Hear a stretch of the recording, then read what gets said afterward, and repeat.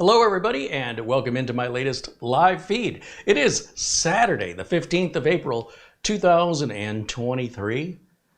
And today I am the teacher and you are the class. So thank you for wanting to expand your knowledge today about the misinformation that is provided online in enthusiast communities and of course most YouTube content in the tech arena is created by enthusiasts. And this isn't to put enthusiasts down.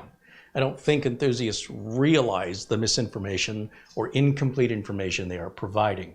So for those of you lucky enough who want to, well, first of all, who found the video, and secondly, who want to really have a better understanding of thermal compound and what it does, you will walk away from this ideally with a better understanding of what thermal compound is, why it doesn't make any sense for most people to replace thermal compound ever, or to buy expensive thermal compounds because they're all mostly imperceptibly the same.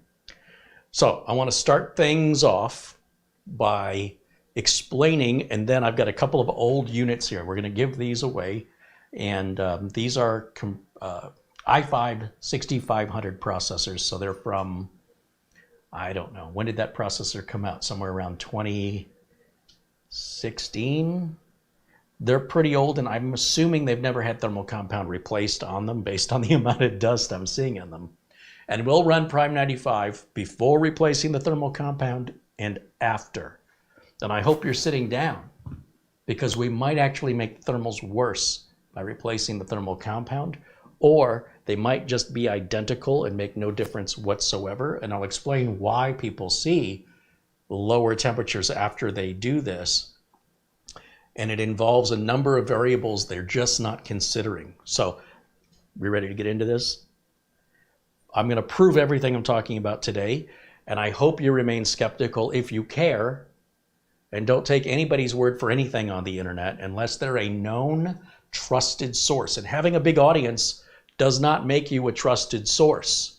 Some of the most professional content creators coming from an expert scenario where they work in a profession for decades have some of the smallest audiences, while some of the younger crowd who don't have the experience attract a younger crowd, of course, which are more online than the older crowd and more likely to see the content. So there's a reason why so much misinformation exists, and it's based on who's providing the information. So not that those people also, there's a lot of people that were professionals decades ago trying to dole out experience that doesn't apply with today's technology. So that's another battle. I think everybody means well. I don't think they're doing it on purpose. I just don't think they really know any better. So it's up to you to protect yourself. And I would encourage you to replicate anything you see here that you think can't be right so that you can experience it for yourself. Because no matter what you see online or what you read, nothing replaces your experience. There's no way any video you're going to watch is going to teach you how to ride a bicycle. It's just not possible. You have to get on the bicycle to understand what balance is and how to master it. Nobody can explain it. There's not a how-to video that's going to put you on that bicycle for the first time and you're not going to fall right over. It doesn't exist. Personal experience speaks much, much louder, and I'm here to explain why. All right, so first of all, thermal material, thermal compound, thermal paste, that goo we stick on top of a CPU heat spreader, then we put the heat sink on top of that. All that goo is doing is helping the thermal transfer from the heat coming off that plate onto the surface of the bottom of the CPU cooler. Now, I think where we're running into some problems with the average audience is they think the word cooler means, I don't know, refreshing. Thermal paste is not cooling compound. I'm going to repeat this. It'll be on the test later. Thermal paste, or any thermal material, is not cooling compound. If I was outside and it was really hot, and it's Phoenix, so it is, and I get one of those wet wraps that put around my neck, that is nothing like thermal compound.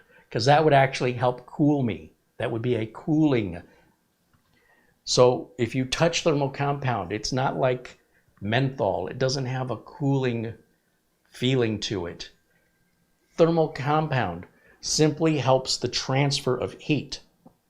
If you look at the top of a CPU heat spreader with a microscope, although the metal looks smooth, it is actually porous and it has little dents and scratches in it, very, very microscopic, invisible to the naked eye.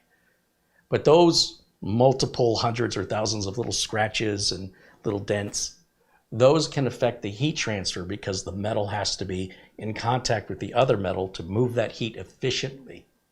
So we don't have to use thermal compound. We can just slap metal on metal. Depending on the metals we're using, your cooler could be made of aluminum. That's terrible. Copper, better. And as the price goes up, gold, platinum, the thermal efficiency goes up. So yes, if you had a platinum CPU cooler, you probably wouldn't need to use any thermal compound at all. Let me know how much that costs you. What is that, about $1,500 an ounce or $1,800 an ounce? Anyway, sometimes you'll see a bit of both. You'll see an aluminum cooler with a core, copper core center, because the copper core is better at transferring the heat.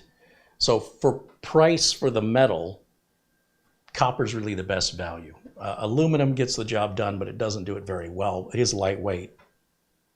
And these other metals are heavy metals, and as a result, could put a lot of stress on your motherboard if you're hanging them sideways. If it were even possible to buy a platinum or a gold or silver CPU cooler, it'd be very heavy. So all the thermal compound does is it fills in these microscopic, I'm going to talk slowly, microscopic nooks and crannies, like a little English muffin, but you got to look under a microscope to see it. And it levels all that out so that when we put the bottom of the heatsink on top of it, which also is porous and has little nooks and crannies, these two items are as close as we can get with the thermal material to them absolutely touching at all times and all places. Otherwise, metal on metal, the little missing gaps and scratches leave little gaps, and so the heat doesn't transfer as efficiently. It still transfers, just not as efficiently. If you put too much thermal compound down, then you're going to have too much of a gap, and you're going to separate the distance between the two metals. If you put too little thermal compound down, which that would be a bit of a stretch, because essentially you'd have to leave parts of the CPU or the cooler bare in order for there to be any definition of too little. So normally what you'll see me do is use a nitrile glove, and I will spread out the thermal compound evenly at 100% CPU coverage. I don't squish it down because then I don't know how much coverage I've got without lifting it up and looking. If I've got too much, it oozes off the sides. Whoopsie, not exactly building customer faith if I do that as a professional. So the only way I can guarantee I have even application of thermal paste is by spreading it as though I'm finger painting. And that way I can control just how thick it is, and I can dab on it to create little hills and valleys so I still get rid of air bubbles and such when I squish it down. That's why I do it. Now, I'm not the thermal police. Thermal police? I'm not the thermal paste police. I don't care how you want to apply your thermal compound. I don't care if you want to spend $50 on your thermal compound. It's your money, okay? But for everybody else who does care, if you doubt what I'm saying, you can replicate everything I'm about to show you. The software I'm using is free to download. You can use this on your own computer and run your own tests, and I think you're going to be floored. All right, so there's no tricks. This is all live, unscripted. I don't know what's going to happen. I can't tell you the results before they happen, but I do have over 30 years of experience in this, and I suspect one of two things is going to happen when we replace thermal compound. One, it's going to make zero difference, or two, it's going to make a very minor difference, no more than 2 or 3 degrees Celsius, and it could be hotter, 2 to 3 degrees hotter, or 2 to 3 degrees cooler. We could actually make it worse. So what's happening when people say, well, when your thermal paste gets old, it gets hard and crusty? Does it? Here's the thing. When people say that, that tells me they're working with a cold computer. So if I put the thermal compound on one of these units, it's probably going to look crusty. But if we turn it on for 20 minutes, let Prime 95 run on it, and then we look at the thermal compound, it'll probably be ooey gooey. So you're going to see what you want to see? Is that how this works? Forget science. Let's just go with our feelings. Furthermore, when people see their CPU running hot, it's usually because the cover's on the case. And when they go to replace their thermal compound, they take the case off, the cover off the case rather, they'll blow out the heatsink and the fan, and then they change the thermal compound. Then they put it back together, leaving the cover off, and they run their thermal test again, and they go, wow, look at the difference it made. Okay.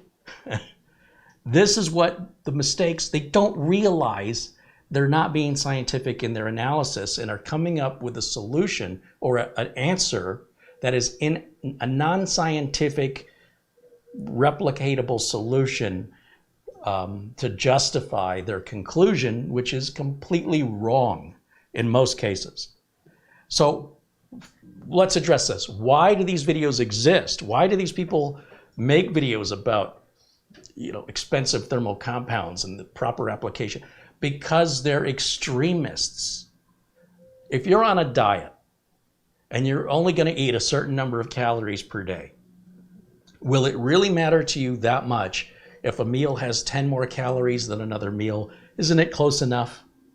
But if you're on an extreme diet and you're trying to lose a certain amount of weight by a certain date, then you're going to be over the top in your inflexibility and your lack, what's the word? You're going to be super stringent, strict, very strict. Other people will look at you and go, geez, it's 5 calories. Come on, what difference does it make? Oh, no, not going to have it. All right. Well, these people that make these videos, they're enthusiasts. And what they're trying to do in many cases is they're trying to take one of the most expensive CPUs you can buy and make it faster by overclocking it, which doesn't even make any sense anymore. Back in the 90s, when we were overclocking, we would double, triple our CPU speeds. Now you can get maybe 15% faster. Who cares? To spend all that money and all that time and all that frustration, but they enjoy it. They think that's fun. All right, hey, have fun. But if you're just a regular computer viewer, computer owner viewing these videos, it would be completely understandable for you to walk away from that video you just watched thinking, oh my gosh, I should probably change my thermal compound before something happens. No, something is more likely going to happen because you just did open heart surgery on your computer for no reason. Would you go under open heart surgery just to check it out? Sure, I don't know. There could be some buildup in there. Why don't we just clear that out? Because you could die? So if you want to do that, that's not for me to say. But I'm not going to fix something that ain't broke. I'm not going to endure surgery and expense and time as a proactive measure to something that may never have occurred to begin with if you had just left it alone. Now, at the end of the day, what you decide is up to you, but I want you to really think through if this makes sense for you. Just because it made sense for the guy making the video, do you and that person have the same goals? Are you trying to reach outstanding performance on your CPU above and beyond what the engineer said it was going to do? And are you willing to spend hours and hundreds of dollars for specialty cooling devices and materials to try and get 1 more degree cooler? Most of you are going to say no. No, of course not. Why would I do that? So let's get the close-up camera up here and let's take a look at what this thermal compound looks like just cold. Okay, so it's cold. This thing hasn't been turned on in, I don't know, a week or two. And I want to show you the difference between cold thermal compound and hot thermal compound, and that by looking at it when it's cold is no justification to say it's crusty or it's old. I'm crusty and old, but that's a different video. I don't run hot either. Not too hot. I'm well within the manufacturer's engineering specifications.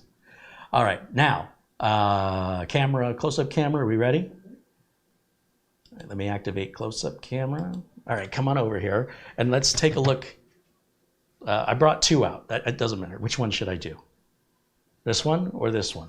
This one? This one? Okay.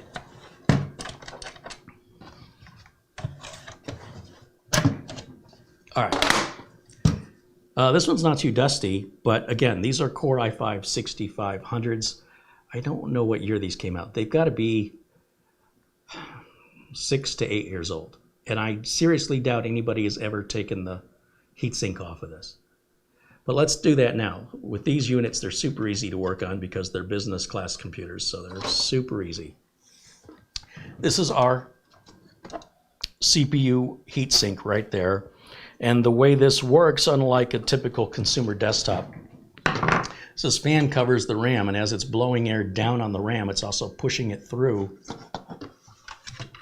the heatsink vents on this side, right through here. And then the hot air blows through this radiator and comes out here. So you can put your hand back there and you can feel the warm air. So let's just take a look. This is what people do, by the way. They just take a blind look and they go, oh, it's crusty and old. Because, why? It's going to be on the test. Because it's cold.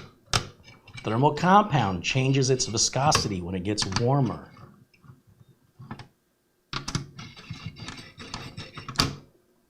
All right, here we go. I've never seen underneath this. Let me grab my glasses so I can see. You got a good focus there? Oh, this is actually gooey. All right, and then you can see the bottom of the heatsink. We've got some there. And you can see sort of this little pathway cut out in the thermal compound. And you'll see the exact opposite on the heatsink, where basically the thermal material lifted off and stuck onto the top in that pattern. Now, we can put this back together and try it and run temps, and then we can clean it.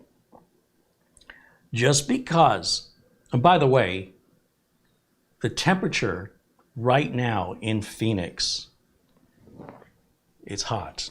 And I think that's why that's gooey. If we did this in December or February, that would probably not be gooey.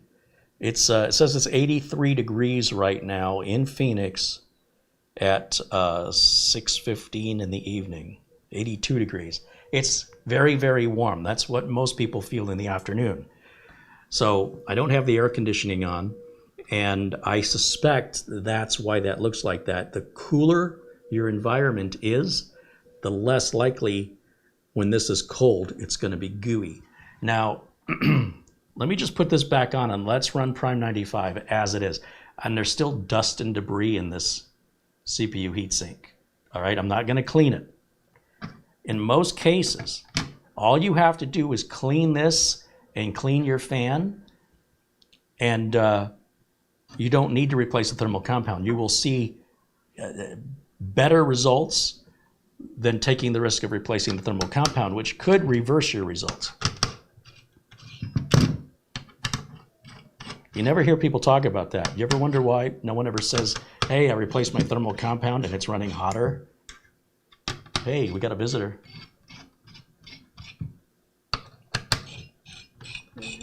There's a cat out there.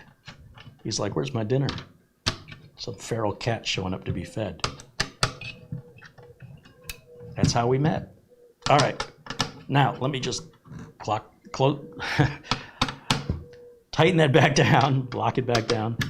All right, so 1, 2, and 3. You will see there's numbers on here.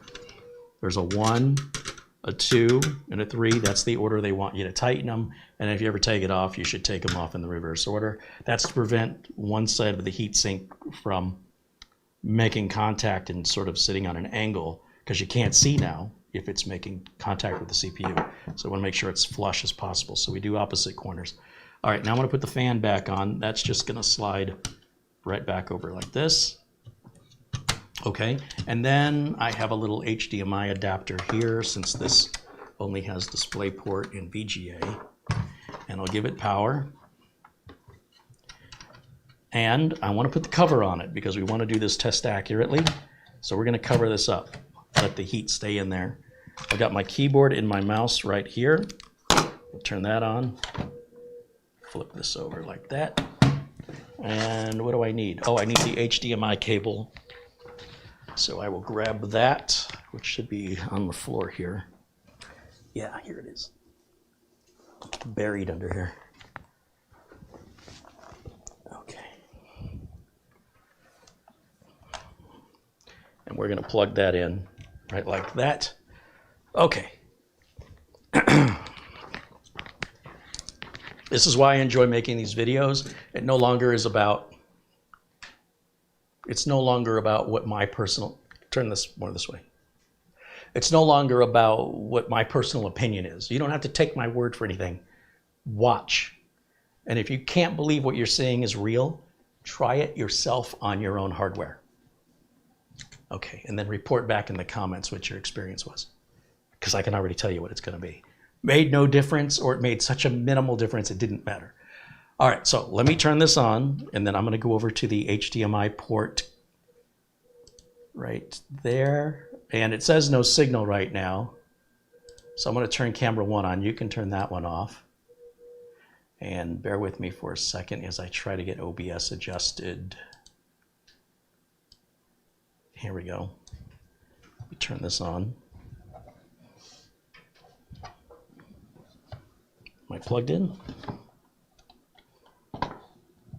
There it goes. Okay, and then I'm going to move myself over a little bit here. And then we'll grab my utilities flash drive that has the utility software. I think I just turned it off. No, it says it's still on. The light coming in is making it difficult for me to see the power LED if this is on or off. But it should have booted up by now, so I'm confused. So that's got my utilities on it. We're going to use that here in just a moment. Am I plugged in all the way here? Am I plugged in all the way there? What am I missing? Pull the power again. Let's try it one more time. If I can't tell if it's on or off, I just pull the power. Then I know for a fact it's off. Then I can plug it back in again. Hopefully now it'll boot and take us into Windows here. Now these are the giveaway machines. Oh, we're not finding a bootable device. That's new. This test will be over real quick. Did I disconnect something when I was in there? Try one more time. Yeah, it seems like it's not finding the storage drive. So what I'm going to do, again, these are live videos, so things like this can happen, but another day in the life of a tech, I suppose. Let me take this off and take a look in here. Now, this unit is using, oh, you know what? This may not have a drive in it. Oh boy, oh boy, oh boy. Yeah, I don't think this has a drive in it. We're going to have to use a different unit because this one doesn't have, there's no M.2 in here. Okay, I don't want to go through the process of putting a drive in it and installing Windows. Let's just go to this other one. I need to put a note on here. Hold on a second. I don't want to do that twice. I'm going to fix this problem right now. Needs SSD. Okay. How embarrassing is that? I've got about 20, about 24 of these to give away, by the way. So that's why there's confusions. They're not all exactly the same. Like some have Wi-Fi and some don't. Let's take a look at this one. Let's open up this one and let's see what its thermal compound looks like. So let's go back to the close-up cam. Oh, this one's nice and dusty. Oh, this is going to work good. Now, wait a minute. Does this one have storage? I'm not seeing storage in these. What the heck is going on here?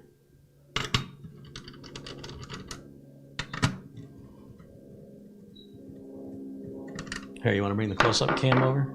They can see what I'm doing. Come on over. There we go. I'm taking this little drive caddy out and to see if there's an NVMe drive underneath there. This SATA cable's for a 2.5-inch drive that would sit in here. I got no storage in this one. How am I missing? How did that happen? That is bizarre. What the heck? I thought I went through all of these, but apparently these two were in a special stack that I didn't realize I set aside, and I have now confused myself. But don't worry, I've got another 20 of these to pick from. And of course, during a live video, what are the odds that I pick the ones that don't have? These are not yet ready to go to be given away. We're waiting on some more storage. Typically, I'm putting a 250 or 500 gig NVMe drive in there. That is bizarre. I don't know how that happened. I thought I was done. Well, that'll teach me. That's no big deal. The show must go on. We're going to just slide this back on.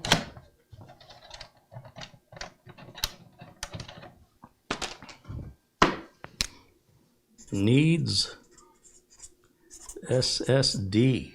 All right. So we're not going to make that mistake again. All right. Forget those. Now, stay put here for a second. Let me go to the other room. And let me just randomly grab one I've got laying around here. Here. This ought to work. All right. Now, this one's got notes on it. You can see these are the kind of notes I leave myself. Verifies the CPU, the amount of storage, the amount of RAM, whether or not it's got Wi-Fi and Bluetooth, whether or not Windows 10 Home or Pro, and whether or not it's activated. So this one is like ready to give away. All right, try this again. So we're gonna open up this one. All right. Oh, this one's got a, see, they're all differently configured. So this has a 2.5-inch SATA 256 gig drive. And again, if we want to, oh, and that one's got a single 8 gig module where many of them have two 4 gig modules. So they're all different, folks. That's the luck of the draw with these when we're buying them off eBay. Now, you'll notice I am not taking it off in the backwards order, and I should be, because I'm used to having the front facing me. So as long as you sort of remove them about the same amount of tension, but we should be going in the opposite order. So 3, 2, and 1. Let's see what this thermal compound, that's pretty nice, actually. And then look down on the CPU. See, there's not a lot on there. And where we can see the surface of the CPU is over here, where we cannot see the surface of the heatsink because the thermal material stuck. Some of the thermal material stuck to the heatsink, some of the thermal material stuck to the CPU. That's why you only apply thermal compound to the CPU. You never apply it to the heatsink. If you buy a manufacturer's third-party heatsink or the included heatsink comes with thermal compound already on it, then you do not add any other thermal compound. In that case, it's already on the heatsink, and you just put that on top of a clean CPU. You don't do anything else. It's already pre-measured and done for you. But this is also still a bit gooey. It's not dry and crusty. However, let's go ahead and, this is not an indication, by the way, one way or the other, that it needs to be replaced. Whether it's dry and crusty or gooey has a lot to do with the temperature of the thermal compound. That's ultimately all I'm trying to say to you. So let's pop that back on there. And I usually like to start these, give them each a couple turns, because they are on springs. And then I will go around a couple more. That one's tight. And then I'm going to back that one up. It took it too far. We'll go all the way down on 1, all the way down on 2. Yeah, 2 really needed it. And then all the way down on 3, just like that. And I'm going to put the fan back in, like so. Okay. Now, one more time, we're going to plug in the display port. We're going to plug in the power. See how fast this goes? This is all quick stuff, folks. And we're going to plug in our keyboard and mouse. Now, let me go back to camera 1, which is over here. Okay, thank you. And I will take camera 1 down a bit to the corner like I did last time. Put me right over there like this. And now let's turn it on. Oh, I should put the cover back on it, because if we're going to run the thermal test, it wouldn't be fair to run the thermal test with the cover off. Okay, we don't have to tighten it down. We just want to keep that airflow restricted by the air is going to be coming in from the front vents on the front of this style of case, and it's going to be coming out through those vents here in the back that I already described to you. That's more like I was expecting. All right, so now what I can do is I'm going to go full screen on my side of things so I can see it the way you guys at home see it. And then I'm going to grab my utilities flash drive, and we'll just plug that in right there. And on the utilities, we're going to grab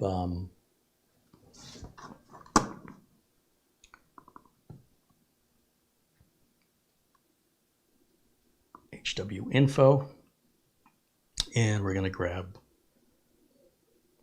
Prime 95 26.6.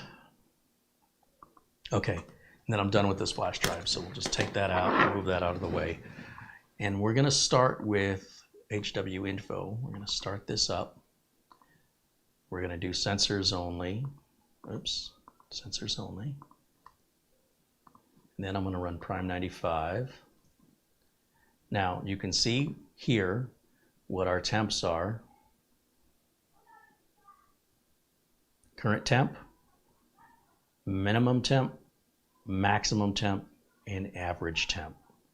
All right, so let's start Prime 95 and let's hammer all 4 of these cores. And while that's running, we can minimize, oops, that's the opposite of minimize. We can minimize that, close that, and we can keep an eye on this. We have a clock running right down here that'll tell us when we're at 20 minutes. And then we will take a look at what our current temp and maximum temp have been in that end of that 20 minutes. Then we can clean off the thermal compound without blowing the fan or blowing out the heatsink. All we're going to do is replace the thermal compound. And we're likely going to see the exact same temps again. Well, why would you do that without blowing out the fan and the heatsink? That's my point. You will likely see a massive difference in your cooling by blowing out your fan and your heatsink. And a lot of people are like, well, since I'm in there, I might as well change the thermal compound. If you want to, but it likely makes 0 difference. You're attributing, many people are attributing the cooler temperatures after they clean the computer. For some reason, they fixate on the thermal compound and not on all of the other things they did while they were in there, such as cleaning the fins on the heatsink, cleaning the blades on the fan, blowing out any other dust and debris. And of course, when they test it, they often test it with the cover off. So we'll see what happens. In the meantime, while we're waiting, now finally, I can say hello to the chat room. Welcome in, everybody. Welcome to a rare Saturday broadcast. And let me see what, if any, questions I have missed. Please feel free to retype your question. The chat only goes back so far. I do my best to address all technical questions. So let me just take a quick skim through here. See a bunch of familiar names there, all saying hello. Welcome in, everybody. Good to see everyone. Hope you're having a great Saturday. And can you change the thermal paste on a Nook 9 Extreme? Yeah, you could, but again, it'd be a complete waste of time. I'm not quite sure you're really hearing me, William. Let's see. So the problem is whether or not the paste is quote unquote fresh. Paste doesn't spoil. So this idea of having fresh paste isn't automatically better if you replaced a superior paste with an inferior one, if you accidentally damaged something when you were taking off the heatsink or putting on the heatsink, or if you put on too much or too little paste. There's a lot of variables that you have completely ignored by simply stating replacing the old with the new, at least the new is fresh. Pufferfish can be poisonous. Does it matter to you if you eat it while it's fresh?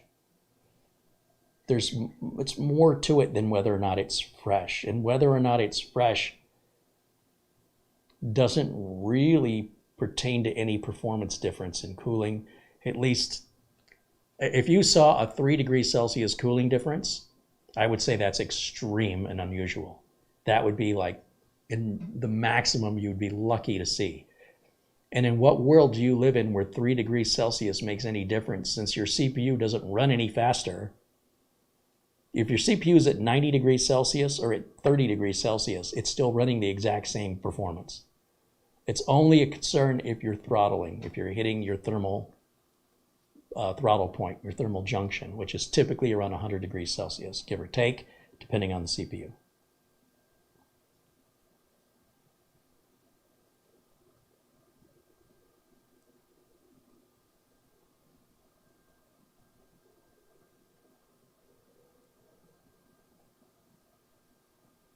Barry Klein says, I use Crest whitening thermal paste. It keeps my CPU whiter and fresher.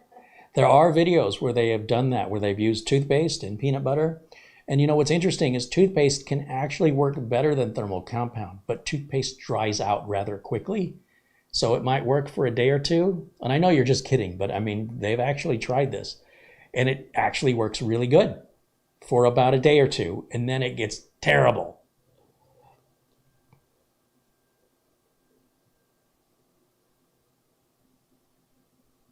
Jim KJ3N says, I'll be 63 years old in July.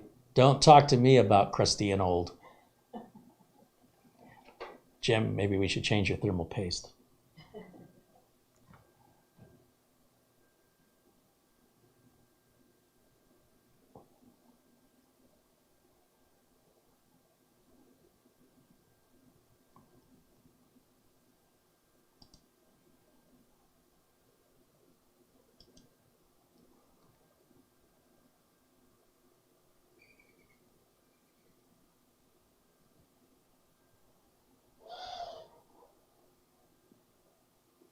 Thomas says, I didn't get a notification you were going live. Make sure those notifications are turned on, folks. You got to go into your YouTube account settings to turn notifications on and tell YouTube how you want to be notified. And then you have to click on every subscription you've got and determine if you've got the bell icon selected and which of the 3 types of notifications you've turned on or turned off for each channel you subscribe to.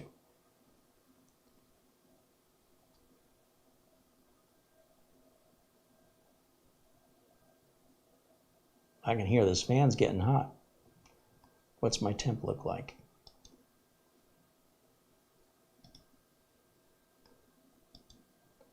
Looks like we are at 65 degrees Celsius right now with a maximum of 69, and we're 6.5 minutes into the test, so another 14 minutes to go. Anybody want to take a guess right now in the chat room how hot this is going to get as of, I don't know, again, I should really look up what year this came out, but it's like 6 years, somewhere between 5 and 8. What's the release date on a Core i5-6500T? Not that this came out on the release date, but within that year or two, I'm sure it came out. So it's somewhere between 6 years old, 8 years old. I think it's older than 5. July of 2015. July of 2015, so it's about 7 years old. Okay, and it's likely 7-year-old thermal compound down there we're just looking at. These are business class machines. Nobody in business, no IT department replaces thermal compound in any corporation I've ever worked at. In fact, if you did, you'd likely lose your job for wasting time and money. When employees have help tickets that aren't being addressed and they can't work and the company's losing money while the employee's still on the clock getting paid, we have things to do. So again, this information provided online is filled with gaps and holes, which leads to essentially deception and misinformation, even if it wasn't intended to be that way. So let's take a look now. Scrolling. Martin Wolford says, well, Saturday night special and such a divisive topic. I'll get the popcorn. But is it divisive? If I'm telling you 2 + 2 = 4, and you're insisting it doesn't, is that divisive? See, to me, something divisive is a matter of opinion. I like the way this tastes. I don't like the way this tastes. Wasabi can be divisive. Vegemite can be divisive. But facts are facts. Whether or not you choose to ignore facts suggests to me that if you're somebody who ignores facts and goes off of your feelings, somebody needs to go back to school. That's what I would take from that. Because I don't want a surgeon operating on me that didn't go to school, but instead goes off of his feelings or her feelings. I don't want to entrust anybody in any important service that I hire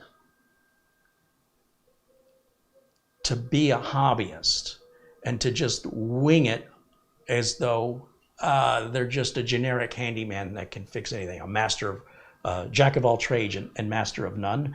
I'm not hiring that person. I want somebody who knows what they're doing. That's why I'm giving them money. Now, if they're going to come help me for free, I still may not hire them or accept their free help because they might cause a lot of damage that at the end of the day, it's my responsibility because it's my stuff that they were working on.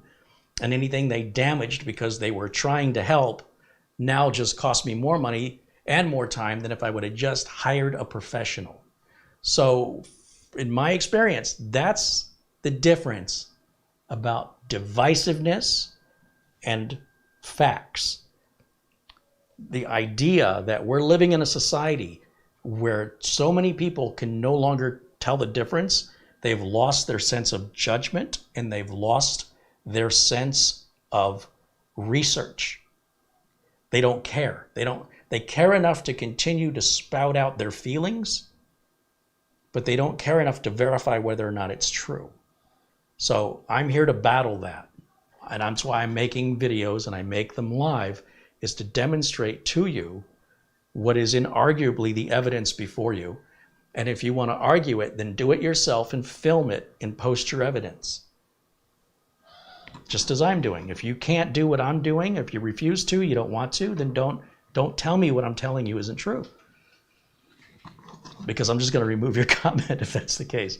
So I think this thing just went to sleep on me here, so bear with me for a second. I need to wake it up. Let's see.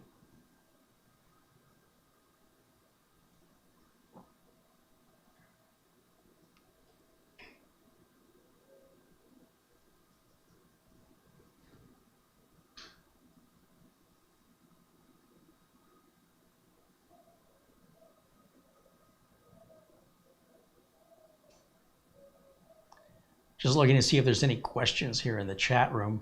Is this thing not waking up yet? Let me go full screen over here. Wakey, wakey. Hello, computer. Where did my video go?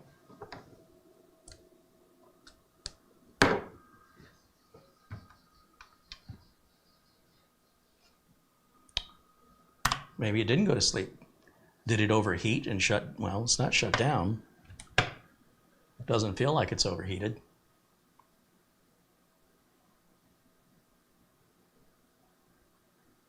Paul Carroll with a $10 super chat says, hello, Carrie. I had a couple of 80-degree days here, and tomorrow a drop back into the 40s, maybe snow. Happy Tech Week. Is that a new national holiday? Sure, why not? Are we going off what we believe? Or are we going off facts?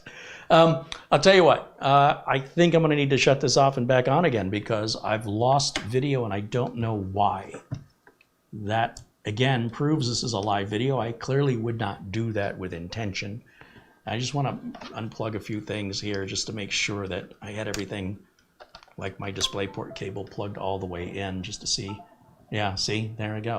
I didn't have it plugged all the way in. I had it plugged in enough for a while, then I lost connection there. So thankfully I didn't have to shut it off. The test has been running. We've not interrupted it. Phew. All right, let me take a quick look full screen at what our temps look like here. So right now, core temperature's at 69 and our maximum's at 72, and we're at 13.5 minutes We'll go 6.5 minutes more. We'll get to about the 20-minute mark. Again, if anybody wants to predict what our current temperature is going to be in 6.5 minutes and what our maximum temperature we're going to see during this entire 20-minute torture test on the CPU, put your predictions in the chat room, because that's going to be a great way for me to get my point across, I think. I suspect most of you will get those numbers wrong. Let's find out.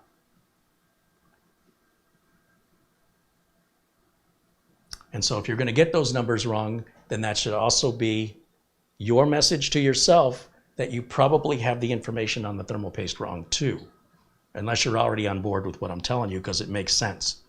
But regardless of that, you do you, one way or the other. I don't have to live with the results of what you decide. I'm just trying to help, and I'm trying to explain why. If that's refused, if it's ignored, or if it's dismissed, doesn't matter to me.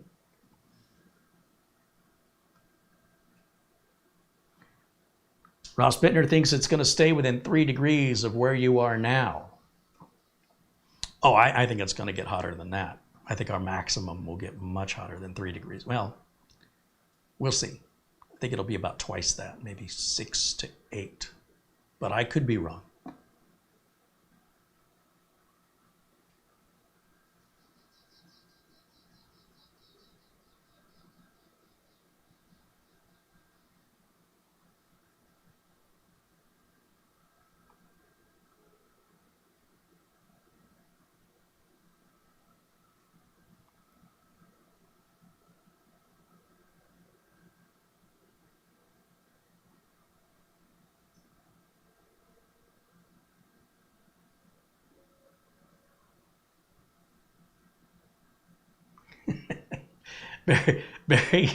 Barry Klein says, at my former company, we replaced the thermal compound routinely every 3 years,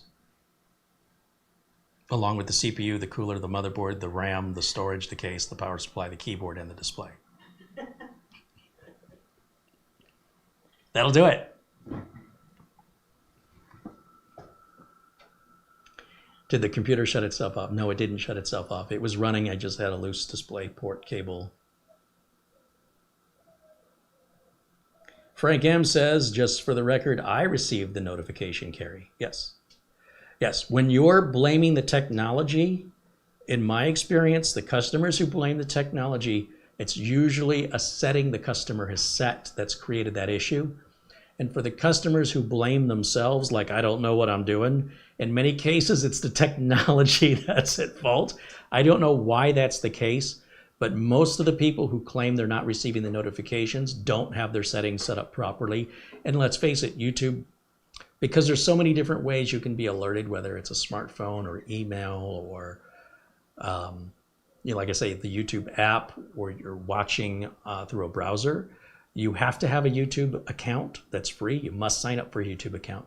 You must tell the YouTube account, your account that you created, if you want to be bothered with notifications. And if so, what kind of notifications do you want to receive? And then for every channel you subscribe to, hitting the subscribe button by default does not turn on any notifications at all. In addition to hitting the subscribe button, you've got to click the bell icon. And there are 3 options that come up.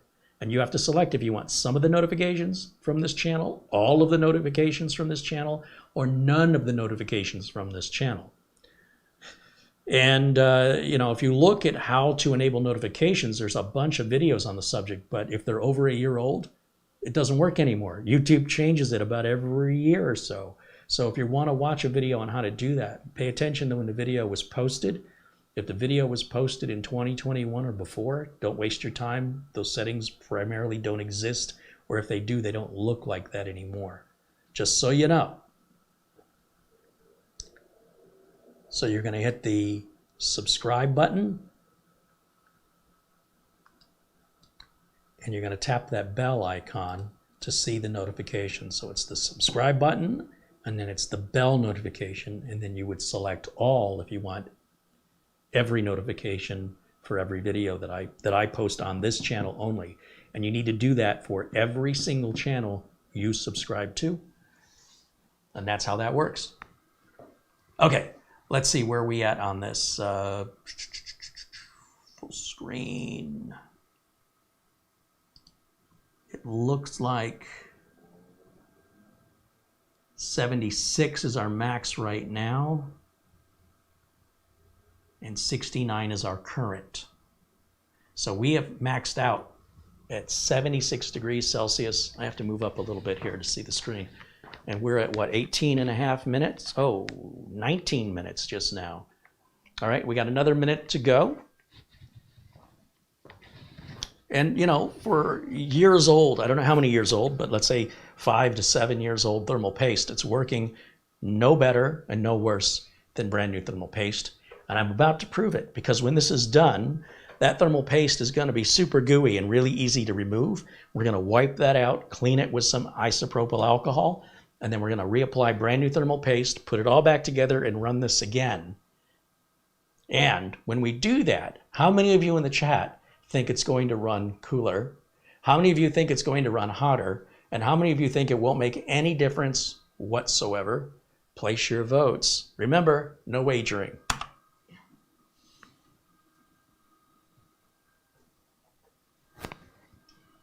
What is the max core speed? Don't know, don't care. You can Google, right? Core i5 6500T. Type it into Google. What is the max core speed of a Core i5 6500T? And come back and tell me. I'm live. I don't have time to do that. You can do it at home, and then you can let me know, and you can help me out. All right. I think we're at, are we at 20 minutes yet?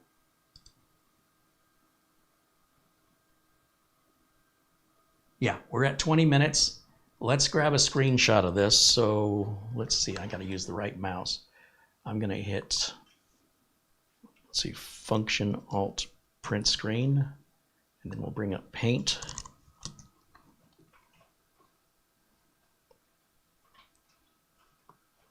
And we'll paste that, and we're going to save this, and we're going to call it Old Thermal Compound in all caps .jpg, and we'll put it on the desktop, right there on the desktop. So now we have a record of that. Now I'm going to stop Prime 95. I didn't mean to close that. Let's bring that back. And when I stop Prime 95, you'll see that our current temp is going to drop about 20 degrees Celsius very quickly. Also, if you listen carefully, you could probably hear that fan. It's quieting down now. Tim Sowell thinks that the temperatures will be the same.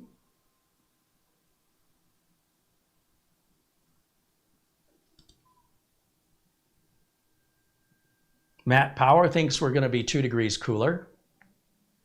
Paul Garrett thinks it won't make any difference at those low clock speeds. Well, that's an important point, actually. Remember, I started this video off talking about the people who primarily are fixated on thermal compound are buying high-end, expensive, enthusiast-level CPUs, like the Core i9s, the Ryzen 9s, and they require extensive cooling solutions.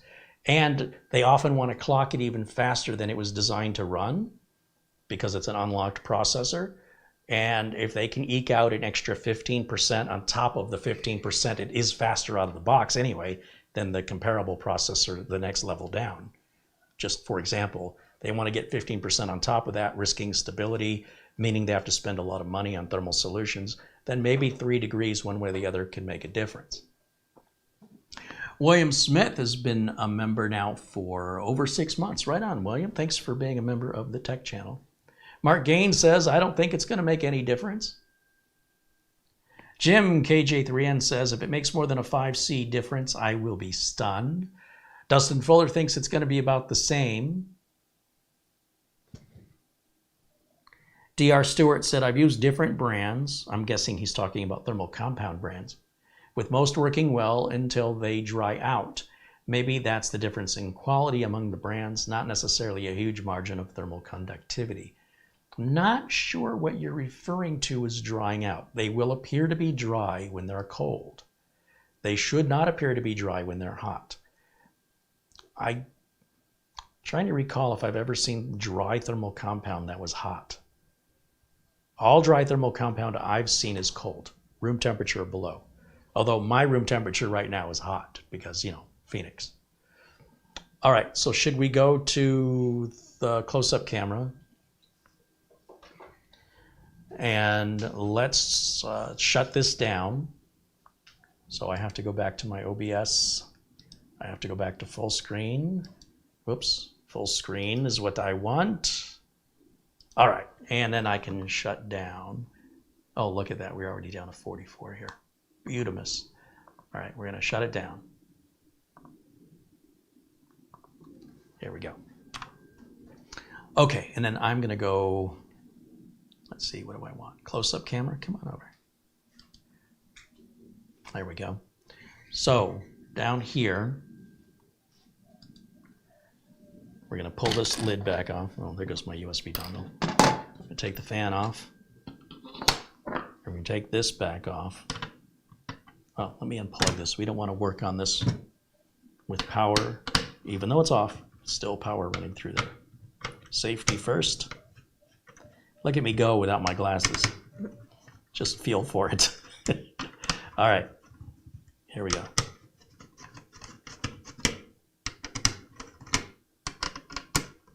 Now, you will likely get a much bigger difference in cooling by just blowing all that dust. I don't know how well they can see that at home. But that's, I mean, it's not clogged, but if I put air through that, I can guarantee a cloud of dust is going to come out of there. Now, to wipe out warm thermal compound, all you need is a paper towel. I'll usually just rip one in half, and it should just wipe right off.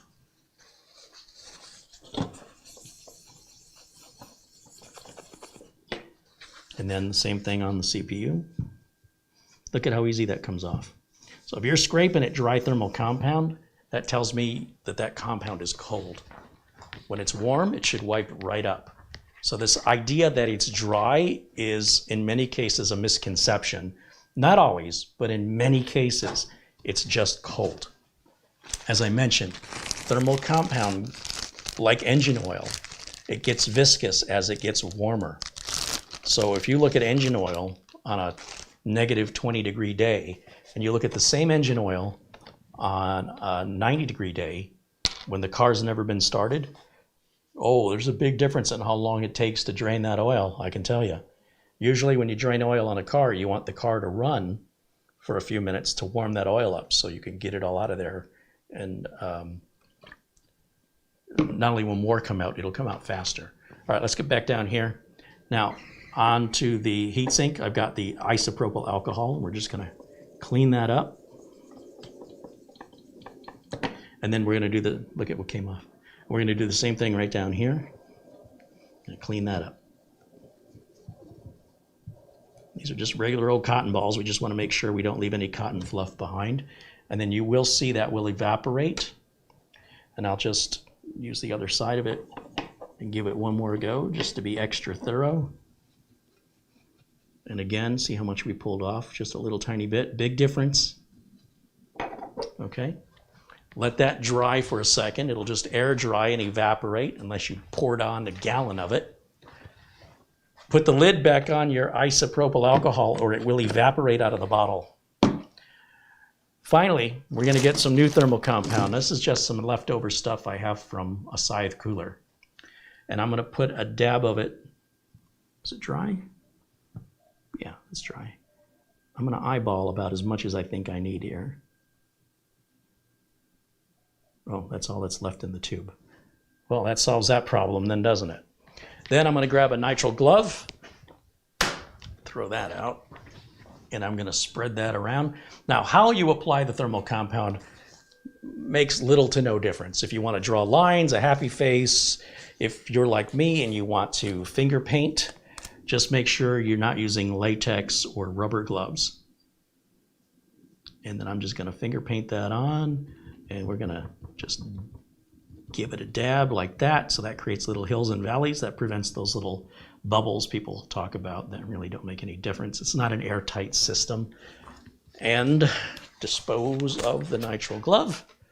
And now we're going to put the heatsink back on, nice and clean. But remember, we never blew the dust and debris out of here. We're going to just set that right back on. And start turning the screws like that.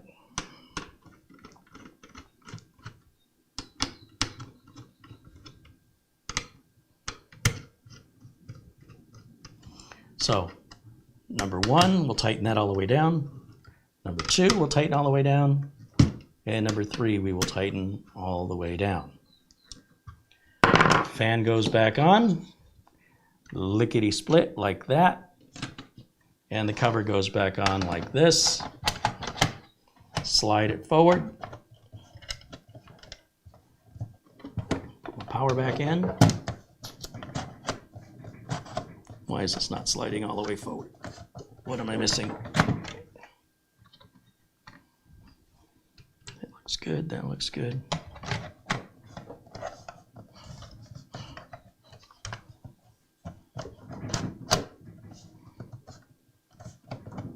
Something is in my way.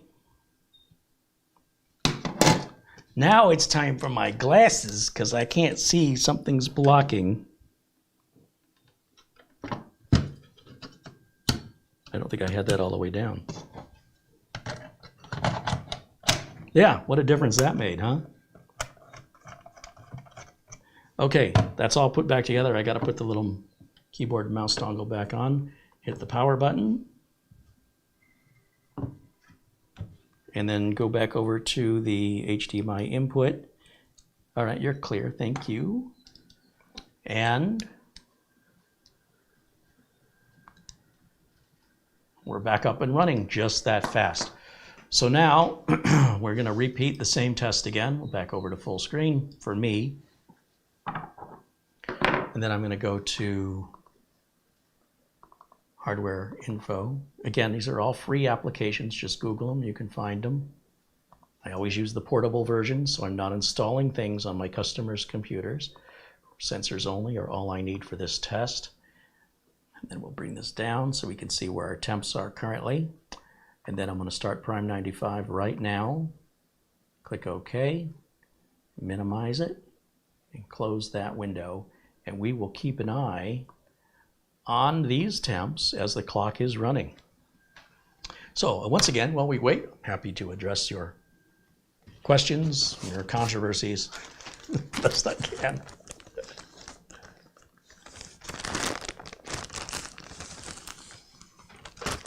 If you like content like this, be sure and hit the like button. Yes, thank you for mentioning that.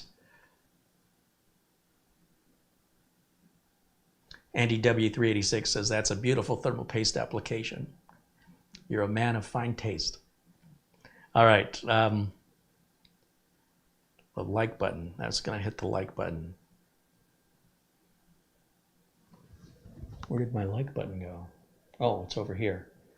Yeah, you can give this a thumbs up if you like this content and you want to see more like it. That's how you can let any content creator know. Also, let me do that again. Why is it all the way over there? Should be over here.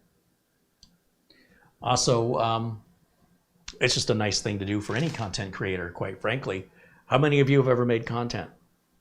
Good or bad? Just making content is work and it's stressful, especially when you just essentially become a punching bag for the public that have nothing else better to do than to punch you up, to rough you up for no better reason. So if you don't want to be like that kind of person, giving somebody a thumbs up, regardless if the content was good or not, at least they did it, right? And if you're not willing to do it, you should at least give them credit for at least they did it. And if you have done it, then you should give them a thumbs up because you know how much work it takes and how much unnecessary harassment people get when they post content, good or bad. So it's just a nice way to spread a little love around the internet. But also, if you truly enjoy content and you want to see more content from that creator that's similar, the like button is how creators know what to make more of. Something that gets a lot of likes might be some sort of topic or subject matter that needs to be covered more in depth than something that doesn't. Craig Gasabona with a $20 super chat. Thank you very much, Craig. Appreciate you, my friend. And thanks to all my friends in blue that help keep the chat room civil. Ferris contributed $1 just a moment ago. Thank you, Ferris, and Paul Carroll with a $10 super chat. Thank you, Paul. You guys rock. That'll just about cover the cost of this thermal compound. I've got a bunch of thermal compound from all the leftover Scythe Mugen 5s I've been installing or have installed in the last 2 years, and this drawer is just filled with tubes and tubes and tubes of thermal compound.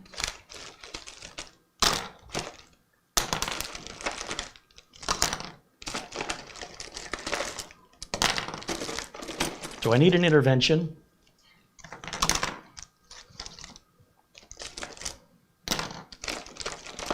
I think somebody has a problem. Now, the next video will be on hoarding.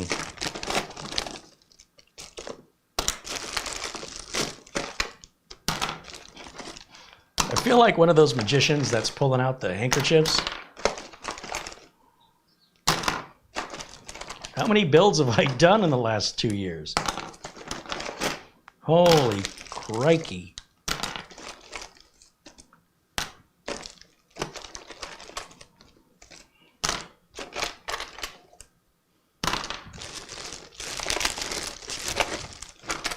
But wait, there's more.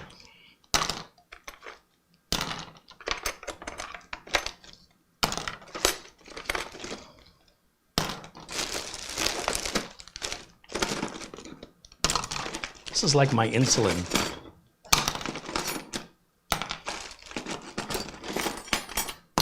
I think we have 20 more minutes of this.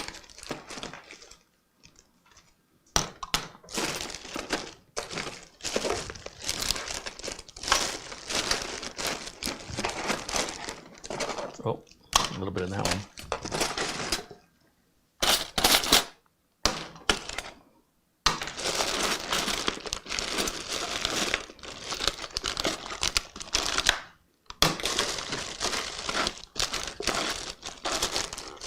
Watch this.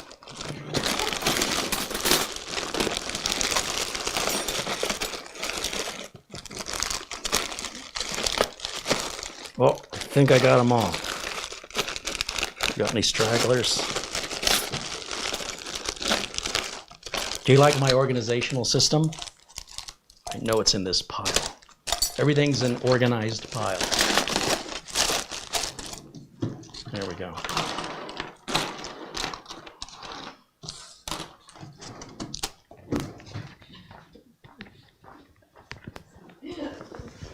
Hey, it's just a few coolers I've installed over the last couple of years. It's only 2 years worth, by the way. That's how many systems I've built or upgraded or repaired.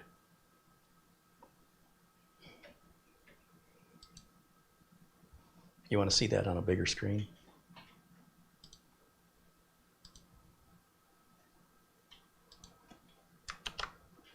Yeah.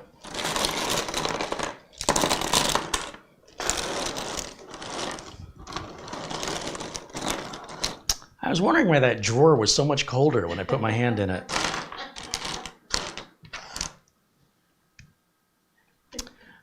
All right, don't laugh. You're only encouraging me. All right, so where did we end up with this now? I've lost all track of time in my thermal compound mine. Okay, right now we are, what does that say, 8 minutes? Ugh. Get my glasses and walk up to the screen. I'm going to solve this screen issue. You watch. I'm going to solve it in a week or two.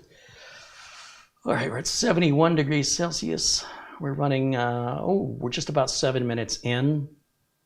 Temps are looking pretty identical. But we still have 13 minutes to go, and a whole lot can change in the next 13 minutes.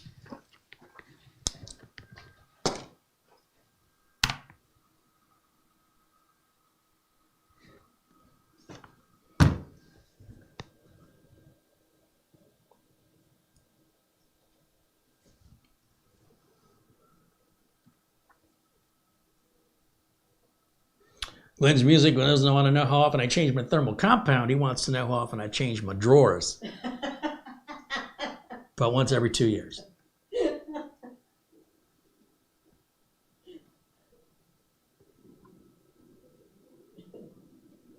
Carrie, would you like to donate thermal compound to viewers? It'll cost me more money to ship this thermal compound. There's not much in these. These are what come with the coolers. So you're better off just going to Amazon. You can buy this Noctua what is it called? NH1. This stuff's really good for the money. It's like $8.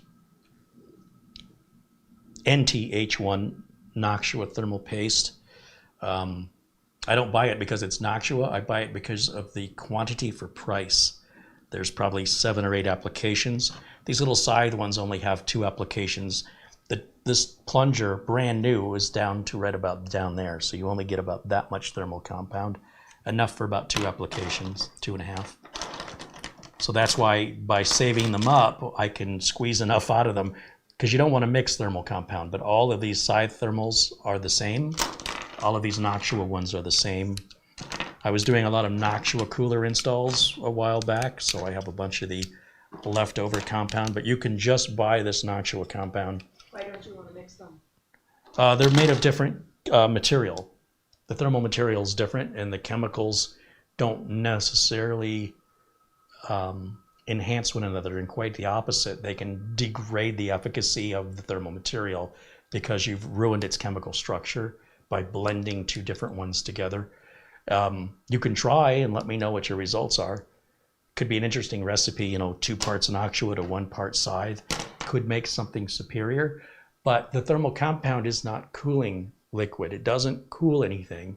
It's a heat transfer compound, and it's just the amount of heat transfer you're getting, which again isn't going to mean a whole lot if your fans are plugged up or you're filled with dust and your heat sink's all clogged. It won't matter how much gas you've got in the tank if you've got flat tires, So anyway, yeah, I've got a little bit of that left over. I'll just set that over here for now. Go past this line.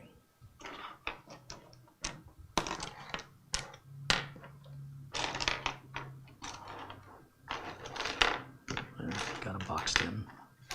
None should escape. Hey, I had a runner earlier.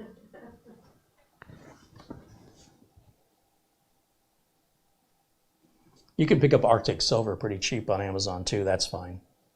You don't get a lot of it. I think the Noctua I think you get more for the money. And I go through a lot of it. So if you only need 1 application, I guess it's 6 of one, half dozen of the other. Buy the cheaper one. Michael Lovell says hello, joining us at the chat. He says he just paid for the 5-year plan for RoboForm. I'm telling you, that's the way to do it.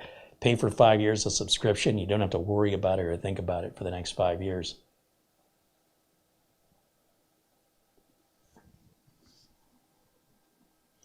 Ron Hillier says, Runner, are you wearing pantyhose? Ron, that's none of your business. What does it matter if I wear pantyhose? You try and rob a bank without them. Men in tights? Men in tights? Yeah.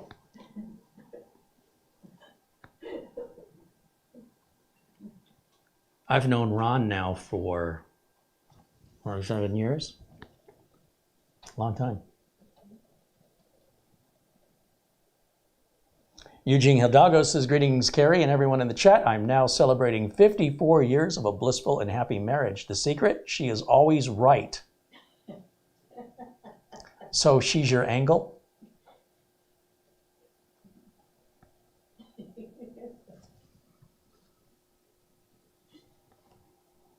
Heaven sent me an angle.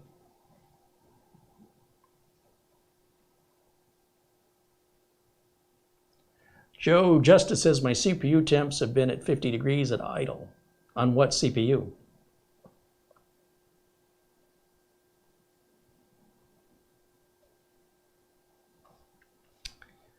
All right, let me go full screen again and take a look-see. Where are we at? 12.5 minutes and sitting at a current 70 degrees Celsius with a max 73. This is all feeling very deja vu. Let me just pull up the screenshot of what we did prior because I've already forgotten. Oh, I'm on the wrong mouse. So I got to come over here, pull up the screenshot.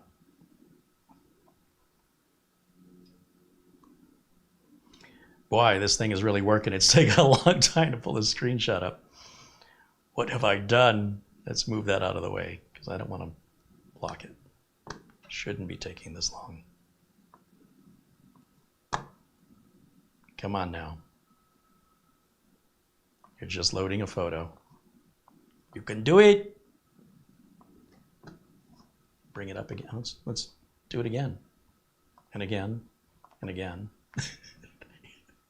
I'm going to torture the heck out of this thing until it works. Seriously? It's not going to come up?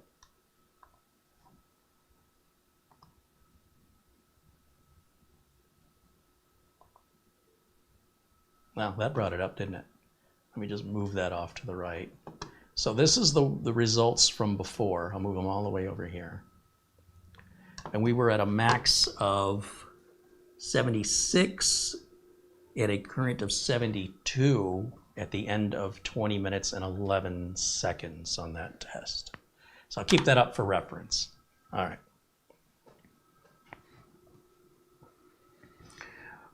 Buns of Wisdom says, happy anniversary to Eugene Hidalgo. I hope you enjoy your day with your loved one. That was rude of me to not say happy anniversary, wasn't it? What he said. That's pretty amazing, 54 years of marriage. I'd have to get married straight out of the womb for me to have 54 years of marriage.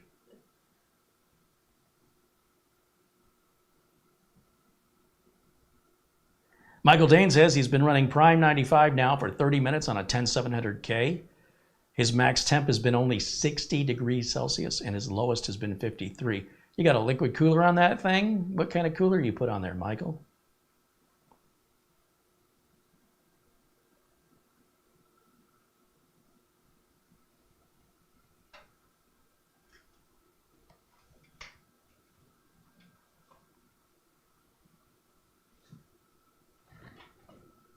Uh-oh, was that my error message that popped up from trying to open the picture? I can't see it. Full screen. Yeah, that's what happened. A media is right protected. Well, I wasn't trying to change it. Yeah, it's probably going to pop that error message up every single time I clicked on that. So I tried to bring it up 4 times, so we're probably going to get this error message 4 times now. Hey, but at least it's responding. But Prime 95 is hammering the CPU. Absolutely hammering it.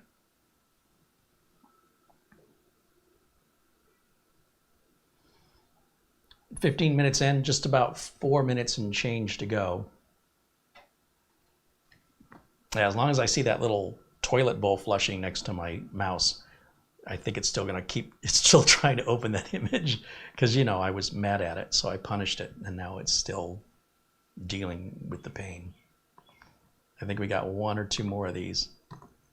Yeah, finally. Looks like it was 5 of them in total. All right, I bet it won't do it again. That's all I'm saying. It's effective. Psychological Windows repair. 74 degrees currently. 75 has been our maximum. 76 has been our maximum. What was it before? It was 76 before. So we've matched our max. We're not any higher, we're not any lower. And we are just a few minutes away from this 20-minute test. Let me walk up a little closer here. I can't tell if that says 16 or 18. Okay, we're just closing on 17 minutes, so we have 3 minutes left. Will that temp in the next 3 minutes get higher than 76, that maximum temp? And will this temp drop down to match the 72? Because this temp will fluctuate up and down. It's quite possible that at the end of 20 minutes, we end up with exactly the same numbers, even though we've replaced the thermal compound. Now, there's one other thing we can do after this, and that is shut it down, open it up, blow all the dirt and debris off the fan and the heatsink, and then run it again. And do you think that will make a difference in our temps? Or do you think our temps will be the same? And then what is to be gleaned from this little thought experiment, other than blow your computer out because it's easy and there's no risk of damage, very small risk of damage. I guess if you're carrying it outside and you drop it. But apart from that, the risk of damage by replacing thermal compound is much, much higher. And although a lot of people will say it's an easy job, that's how I get a lot of my work. Somebody started an easy job and the screwdriver slipped or some little mistake happened, and then it comes to me for repair when it was a system that should have never been opened and worked on to that level to begin with. I mean, it bought me a car, so I guess keep doing it.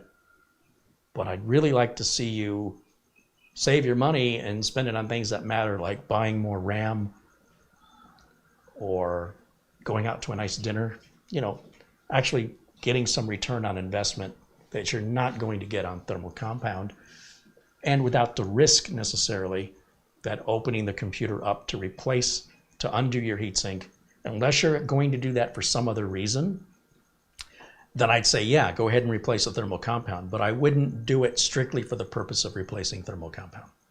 That's a secondary thing. A primary thing would be blow the dust and dirt out of it and leave it at that. That's probably going to make a bigger difference. Also, check the bottom of your power supply.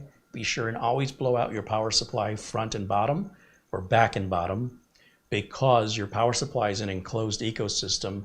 Then you don't know the temps of it, and you don't know if it's being suffocated unless you actually look. There's no YouTube video, there's nothing online you can watch that can tell you that status of your dying, suffocated, insulated with dust power supply that you're using right now, maybe. And that right there will make a massive difference in how hot your computer gets. Because if your power supply is struggling, that power supply gets hot and that heat radiates throughout the entire case. But again, people keep focusing on the little stuff and they keep overlooking the big stuff, and it drives me nuts. All right, we are now at 19 and a half minutes. And we've actually gone a little hotter, haven't we? Our max is now 1 degree hotter at 77. Our current is currently 3 degrees warmer. It's, well, 2, it's 74. Our average was 65. Our average right now is 69. And we just crossed the 20-minute mark. So we just made the system hotter. Did you get that? You were here. You witnessed it. There's no magic involved. Let me hit Function, Alt, Print Screen, and let's screenshot this. And let's save this as JPEG. After, we'll just say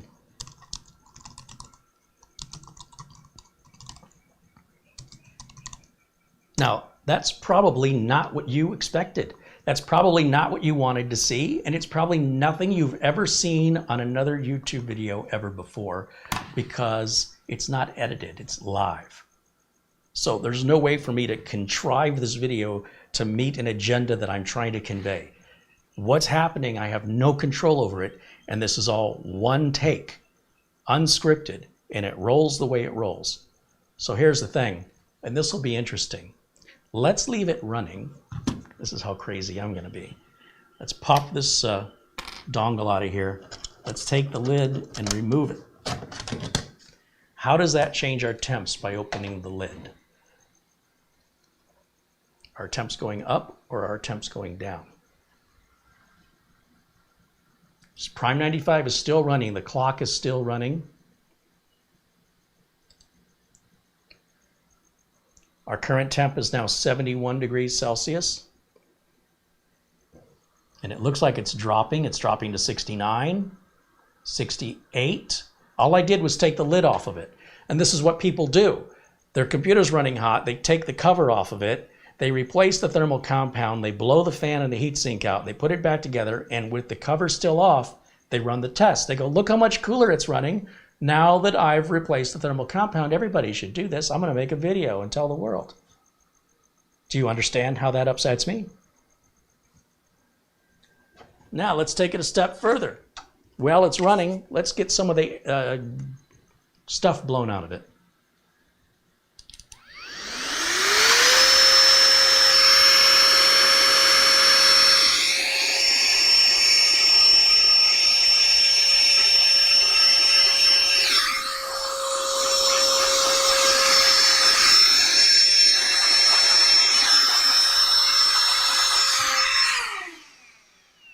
We're at 62.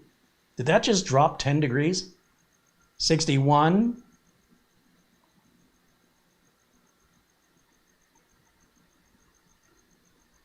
By the way, you should not be blowing the dust and dirt out of your computer with the computer on. That's a very unsafe thing to do. Still going down. We're at 60 now. 60 degrees Celsius is our current temperature. Wasn't this a lot easier than going through the thermal compound deal and risking breaking it? Wasn't that so much faster, simpler, more straightforward, and actually yielded positive results? Now, here's what I want to know. Let's stop Prime 95. And having changed nothing else, all I want to do is stop Prime 95. So let me bring up, oh, I gotta use the right mouse. Prime 95, I gotta use this mouse. I left my dongle unplugged.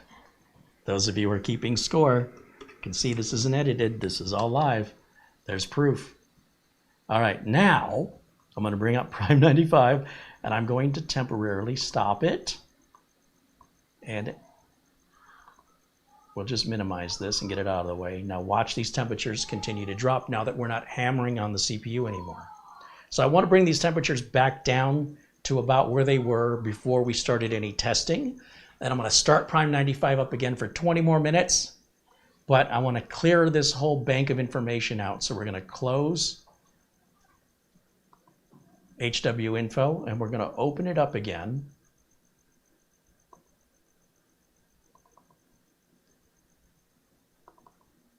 And we're going to do this all over. Sensors only, start. Okay, so we're sitting around 40 degrees Celsius right now. Remember, with the lid off of it, it's not an accurate test. I see there's some dirt and debris on the lid, right over where the fan is. We just want to wipe that out so it doesn't just go right back into the fan again. We'll slide our cover back on, put my dongle back in. I'll even tighten the screw up in the back. Now I'm going to start Prime 95 again. Now keep in mind our clock is at 30 seconds, okay? So let's bring up Prime 95. We'll start this up and run all 4 cores. Oh, it didn't even ask me. Test, exit. We'll start it over here, Prime 95. That's what I want to see. Now slam the 4 cores, minimize that, close that, and our clock is just about at a minute. So when it gets to, let's just call it 21 minutes, that'll be our 20-minute test. And you can see we've reset our maximum temp. So let's see if we do any better from having done that. Now, how many of you in the chat thinks that will actually make a difference? Or will we just be right back to where we came from and just see the same results again and again? Let me know in the chat, what do you think is going to happen?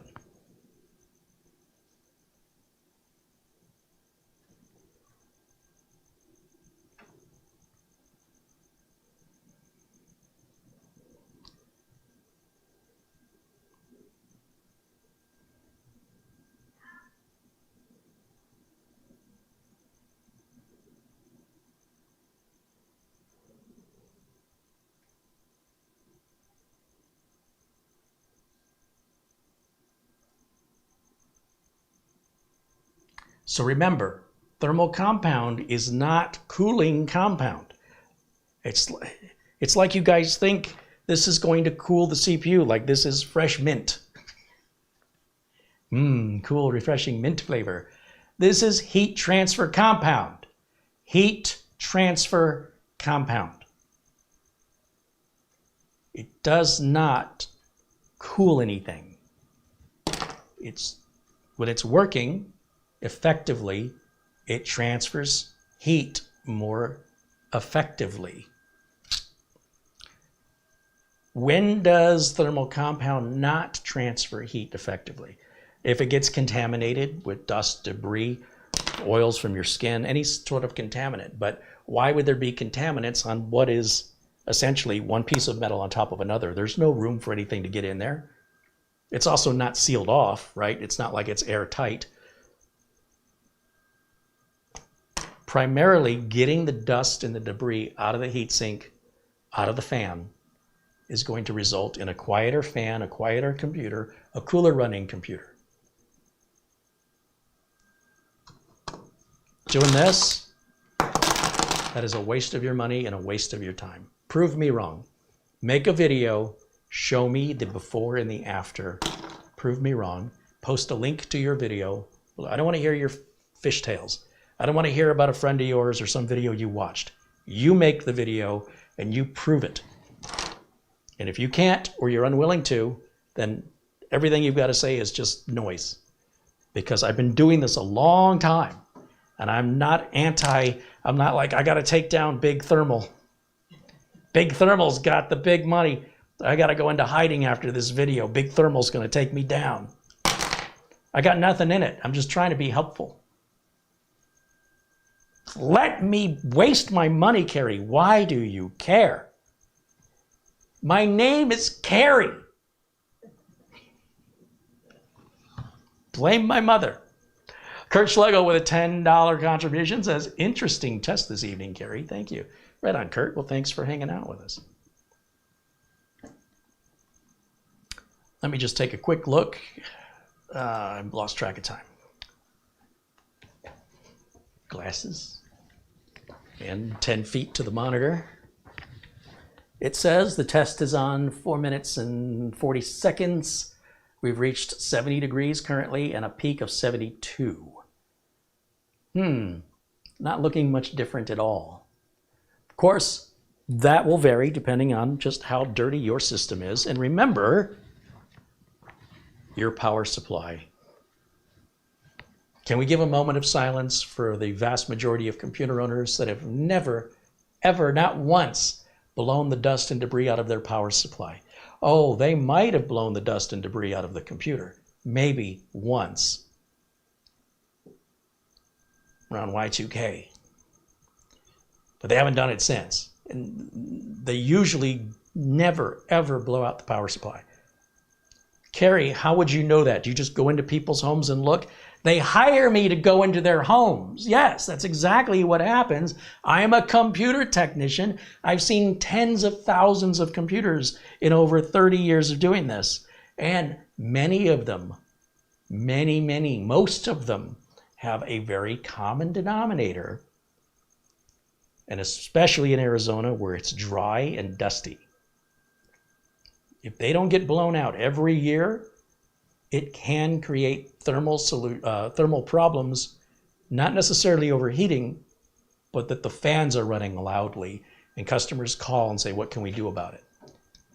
And sometimes the fan they're hearing is the power supply fan. So you say, well, just blow it out. They go, well, I already blew it out.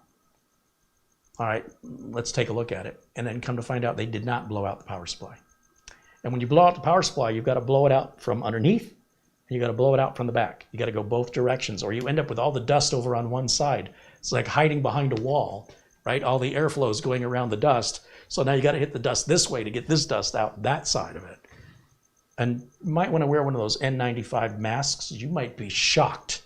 Not literally. I hope not literally because you want to work on the computer while it's unplugged, right? And I hope you take it outside because otherwise you're going to have this big plume of dust. And you know where it's going to go? Right back into the power supply again, and also into your lungs. So if I were you, I'd take it outside.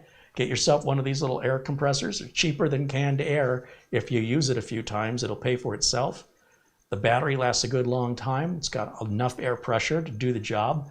And you can use it in your car. You can use it to get into little crevices and things you're cleaning other than computers. It's very useful. It's got a carbon brush that you can touch the electronics while it's off.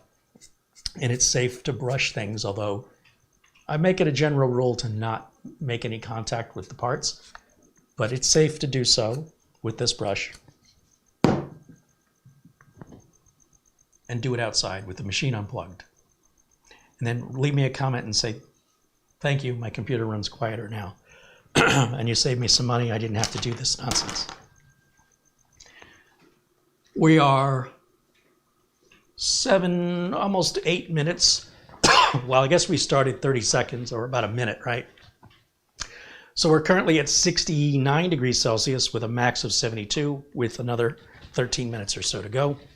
So while we wait one more time, and for the last time, questions in the chat, be happy to address any comments, concerns. Where do you get these? I have an Amazon store. Go to amazon.com/shop/Kerry Holzman, and you'll see over 100 products I use in my videos available for purchase at Amazon. Anytime your question starts with, where did you get?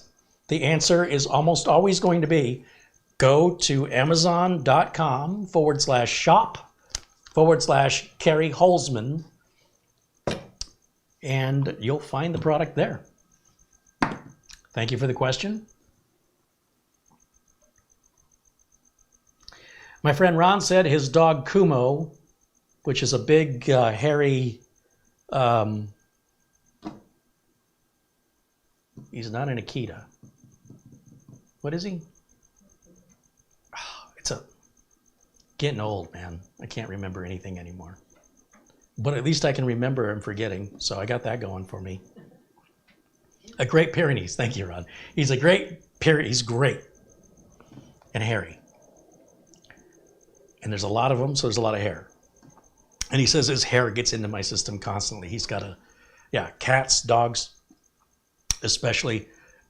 Even more important that you dust them out. Not the cats or the dogs. Maybe, but definitely the computer. I mean, look, you would know if your computer needed to be dusted if it could tell you the way a dog did.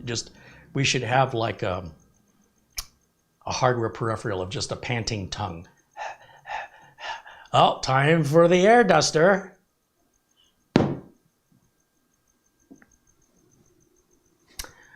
Ross Bittner in the chat says, Kerry, I bought at your recommendation.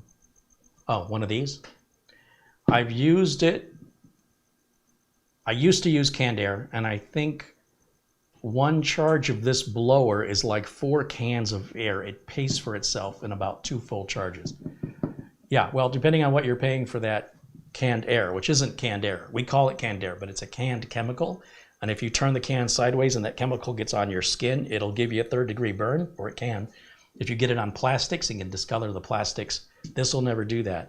If you use an air compressors build up humidity in the air tank, so unless you have a water filter, it'll spray water. It'll spray moisture onto your board.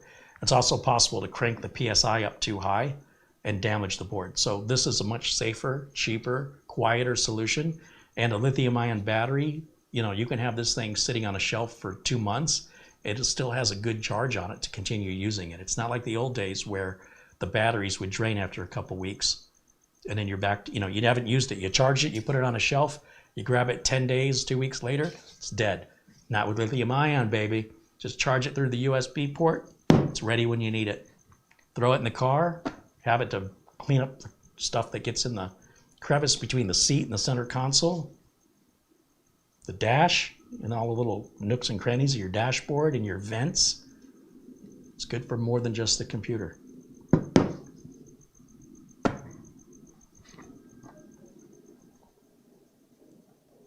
Ron says his son has a scar in his leg from canned air. I believe it.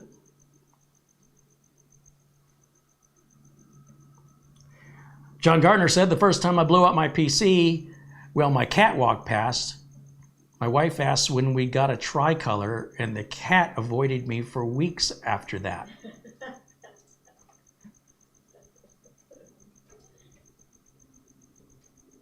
It's weird, though. If you blow into a dog's face, they hate that. But if you take a dog in the car, what do they want to do? They want to stick their head out the window and have the wind hit them in the face. What is it, dogs? Do you want the wind in your face or you don't? Maybe it's my breath.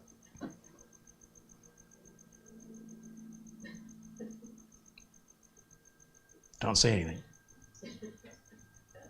It's fine. It smells like lemon lime.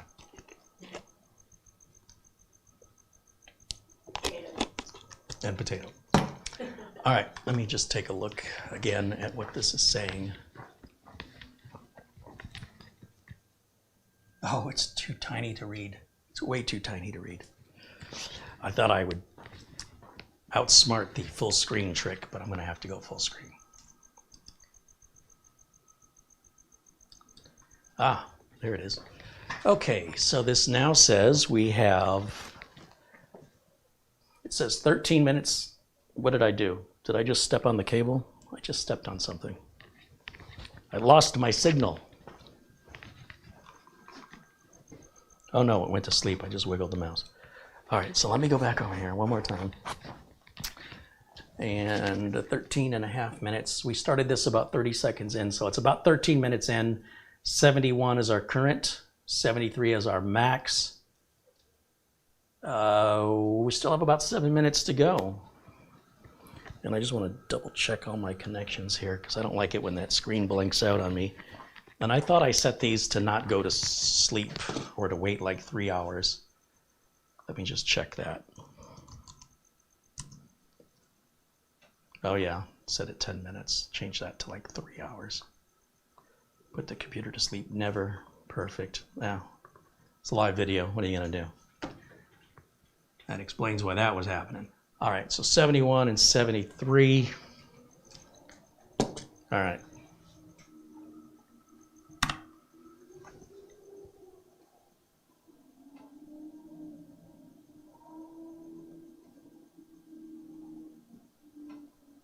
Circuit Wizard said, I remember the original blowing out of dust with the leaf blower. Oh, I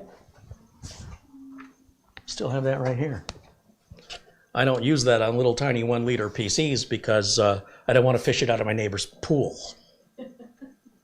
Again, for the 4th time.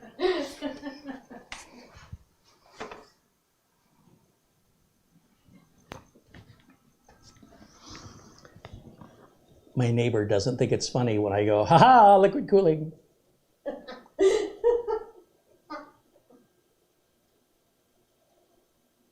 He says he doesn't want a heated pool. It's Phoenix. I asked him to buy a jacuzzi. He said no.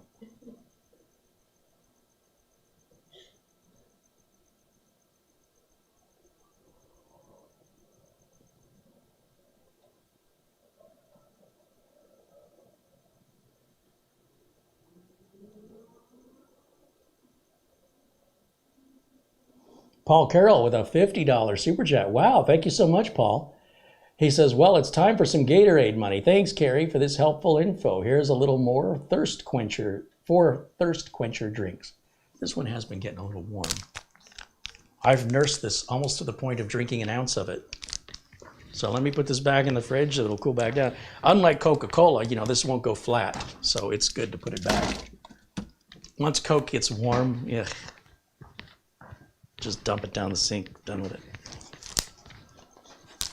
Thank you very much, Paul. Cool and refreshing. Oh, let me put a little thermal compound up there. Oh, so much better. Is there something on my forehead?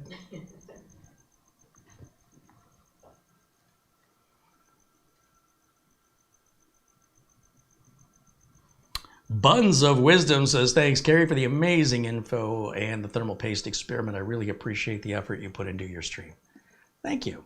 My urologist said the same thing. Why is that funny?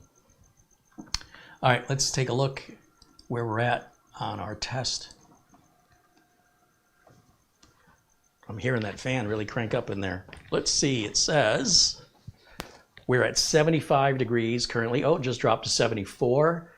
Our max is 76.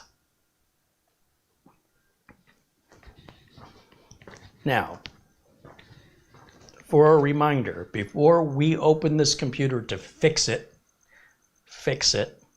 we fixed it, didn't we? Because before we started, If we left it alone, these were our results right over here. Just drop that down a little bit more. Okay, this is with the old thermal compound before we opened it to fix it, when there was nothing wrong with it. After 20 minutes and 31 seconds, our temp was 72 and our max was 76. Then we replaced the thermal compound. We opened it up, risking damage. We got our isopropyl alcohol, cotton balls and paper towels and thermal compound. We were prepared with a nitrile glove to do this job. And that stuff doesn't grow off trees. Well, the cotton balls maybe, but that's beside the point. So with our new thermal compound and the labor and time and effort we put into changing the thermal compound, after 20 minutes of Prime 95, we saw temps of 75 at the 20-minute and 30-second mark, and 76 as an overall maximum temp that was hit. We've already hit 77 after all of this time and effort and money. Worth it? Tell me why that's worth it. Somebody explain this to me. It's ridiculous. It's stupid. It's live. Of course, I can edit the video and keep working on this and figuring out a way I can get these temps lowered if I wanted to, but that would be entertainment. That wouldn't be accurate education. So I don't really have an agenda here. I don't have any control over what's going to happen in a live video. I can't predict what's going to happen outside of 30 plus years of experience. I have a general idea of what's going to happen. And in a best case scenario, if we did all of this and it was really dusty in there and you saw dust come out, which you didn't, but I didn't clean it beforehand. This is just how the machines were sent to me from eBay. We maybe would have seen 1 to 3 degrees Celsius cooler. That's the best we could have hoped for all of that time and all of that effort. And we could have damaged the computer. Even though it's an easy job, mistakes happen, screwdrivers slip, things get spilled, things get dropped. Where'd the screw go? I can't find it. Why? Why do people do this to themselves? Now, we're just about at the 20-minute and 30-second mark.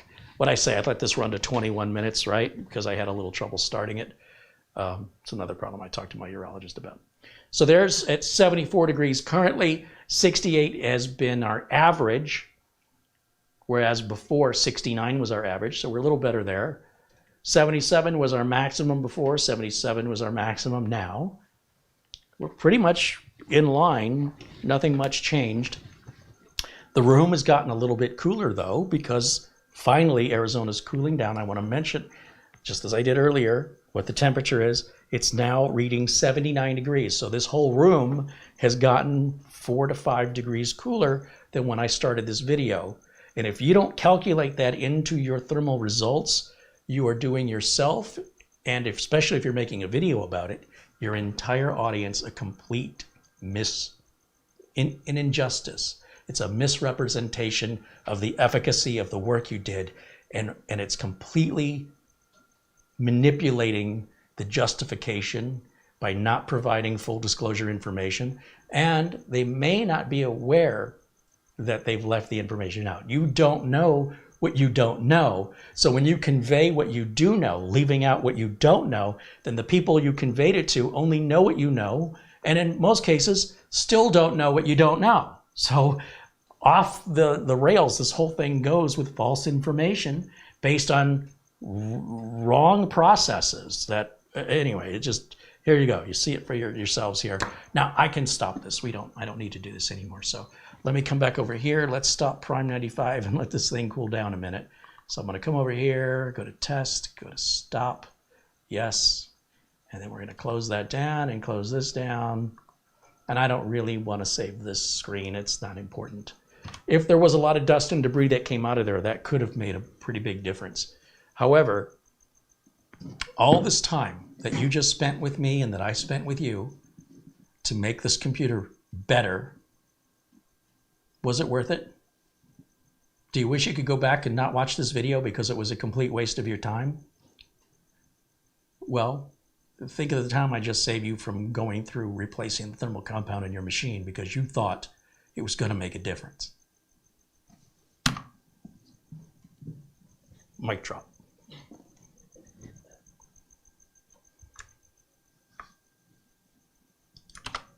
All right, guys. Thank you so much for hanging out with me today. Thank you for listening, having an open mind, receiving the information. If you find any flaw in the test that I just demonstrated to you that would have changed the results, let me know sincerely, not a joke like, oh, you didn't do that at the Arctic. Like, sincerely, if there's a test, if I did something inaccurately, please tell me what I did wrong, and I will be happy to redo it again if I agree that that could absolutely make a difference. To the best of my knowledge, and again, with all my experience, this doesn't make a difference. This is just something you do when you're changing a heat sink out, or you've got to change a CPU out, which doesn't happen often. You don't open a computer just to do this and think it's going to do anything beneficial for you other than maybe it gives you warm fuzzies, but scientifically, yeah, it's not helpful. Unless you're an extremist. And if you're an extremist, I don't even know why you're watching my channel, because I'm all about practicality and I'm about the average computer user, because that's who drives my business. Corporations and average home users. Don't see a lot of businesses that specialize in extreme computer repair or extreme computer builds. They do exist, although usually they exist temporarily. They're not typically around more than a few years. That's a very difficult business model to sustain. So, not to say they don't exist, but far more IT infrastructure exists to take care of the practical, not the impractical in the enthusiast level that's just there to entertain themselves with an excess of both time and money. Most of my clients do not have an excess of either. So I respect that, and I try to help as many people as I can, and that includes advising them on some dangerous activities, whether it's clicking on links or email attachments they shouldn't be doing, or following tutorial videos on YouTube to fix a problem they don't have. And if they want to do that, they've got my number to call me to pay me to fix it. But if they leave it alone, if you just do some minor preventive maintenance, likely you'll have a computer that will run from new to 8 to 10 years before you'll have to replace it. The enthusiasts, they'll replace their computer every year or 2 years because what was fast this year is not fast enough for them anymore, right? They're kind of snobby elitists because that's not good enough. That's a $900 CPU, not good enough. There's a $905 CPU now. I've got to have that one. Well, I'll tell you what, I'm jealous, because if I could afford to live that lifestyle,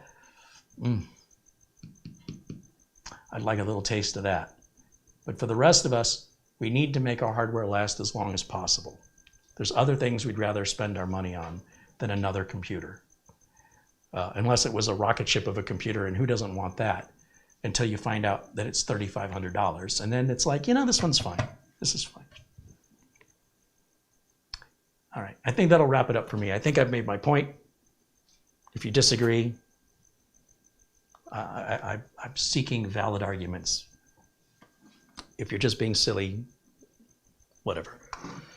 Thank you so much for hanging out. Thank you for the contributions, especially to Paul Carroll, who contributed a couple of times tonight.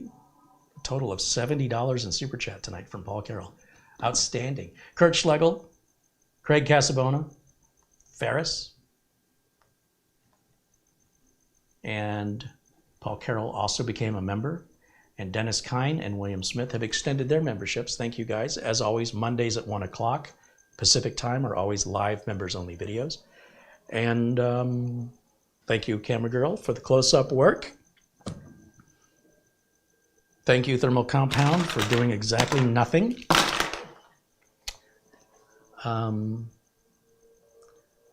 Yeah, thank you, Carrie, for not labeling these without having drives in them. I don't know what that I thought for sure I put drives in every single one of them. Organized pile. I got to do some shopping and pick up some more drives because I used them all. I thought I ordered as many PCs as I had drives.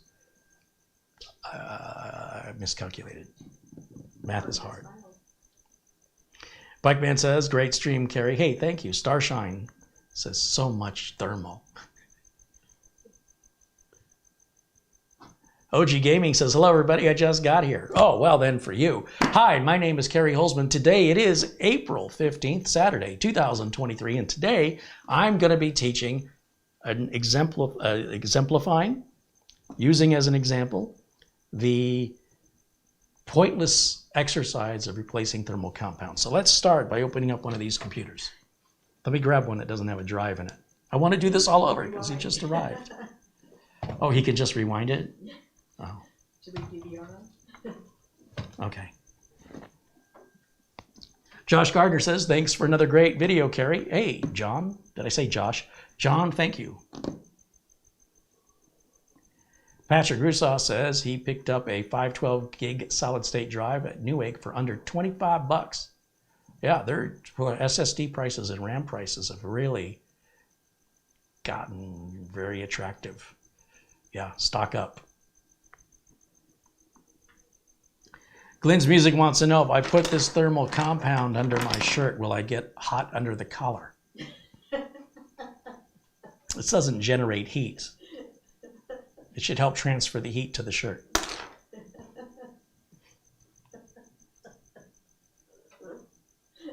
Frank M says he sells DVD rewinders. Paul Carroll with another super chat. Thank you again for your generosity, Paul. I appreciate you very much. Hello, and thank you to our friends who aren't here tonight. Boy, I didn't want to sound like they're dead. They're not here tonight. Our friend John Jack Wilson, and of course Buster, Peter Lycock, where the time difference has made it very difficult for them to watch some of these live streams. But I'm sure they'll be watching it later, and there's just a little treat for them at the very end. Guys, thanks for hanging out. Enjoy the rest of your Saturday evening. I think I'll have dinner. Have I eaten today? I don't think I've eaten today, so. No. No. Put this on some carrots. Is it fresh? Hold on. That's not fresh. Thanks for watching. Bye for now.